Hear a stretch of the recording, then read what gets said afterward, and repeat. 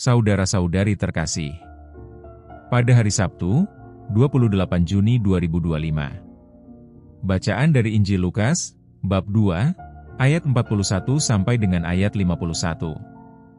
Marilah kita berdoa. Dalam nama Bapa, dan Putra, dan Roh Kudus. Amin. Allah Bapa di surga, syukur atas berkat melimpah dan anugerah yang menyertai kami. Semoga Engkau menyinari hati kami dengan sabda-Mu. Demi Kristus, Tuhan dan pengantara kami. Amin. Bacaan Injil. Tuhan bersamamu dan bersama rohmu. Inilah Injil suci menurut Lukas. Dimuliakanlah Tuhan. Tiap-tiap tahun, pada hari raya Paskah, orang tua Yesus pergi ke Yerusalem. Ketika Yesus telah berumur 12 tahun, pergilah mereka ke Yerusalem seperti lazimnya pada hari raya itu. Selesai hari-hari perayaan itu, ketika mereka berjalan pulang, tinggallah Yesus di Yerusalem tanpa diketahui orang tuanya. Karena mereka menyangka bahwa Yesus ada di antara orang-orang seperjalanan mereka, berjalanlah mereka sehari perjalanan jauhnya, lalu baru mencari Dia di antara kaum keluarga dan kenalan. Karena tidak menemukan Dia, kembalilah mereka ke Yerusalem sambil terus mencari Dia. Sesudah 3 hari, mereka menemukan Yesus dalam bait Allah. Ia sedang duduk di tengah-tengah alim ulama, sambil mendengarkan mereka, dan mengajukan pertanyaan-pertanyaan kepada mereka.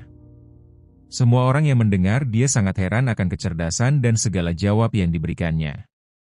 Ketika Maria dan Yusuf melihat Dia, tercenganglah mereka. Lalu kata ibunya kepadanya, "Nak, mengapa engkau berbuat demikian terhadap kami? Bapamu dan aku dengan cemas mencari engkau." Jawab Yesus kepada mereka, "Mengapa kamu mencari aku? Tidakkah kamu tahu bahwa aku harus berada di dalam rumah Bapakku?" Tetapi mereka tidak mengerti apa yang dikatakan Yesus kepada mereka. Lalu Yesus pulang bersama-sama mereka ke Nazaret, dan Ia tetap hidup dalam asuhan mereka. Dan Maria menyimpan semua perkara itu di dalam hatinya. Demikianlah sabda Tuhan. Terpujilah Kristus. Renungan. Saudara-saudari yang terkasih dalam Yesus Kristus.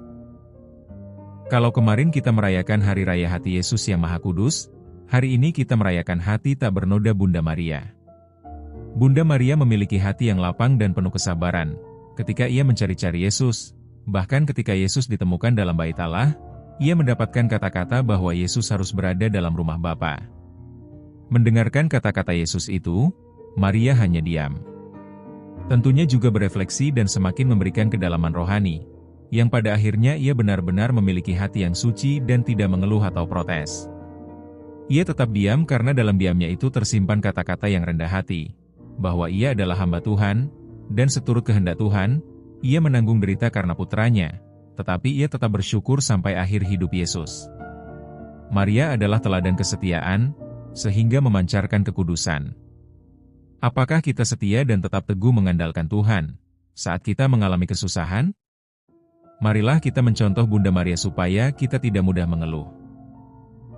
Semoga Tuhan memberkati. Amin.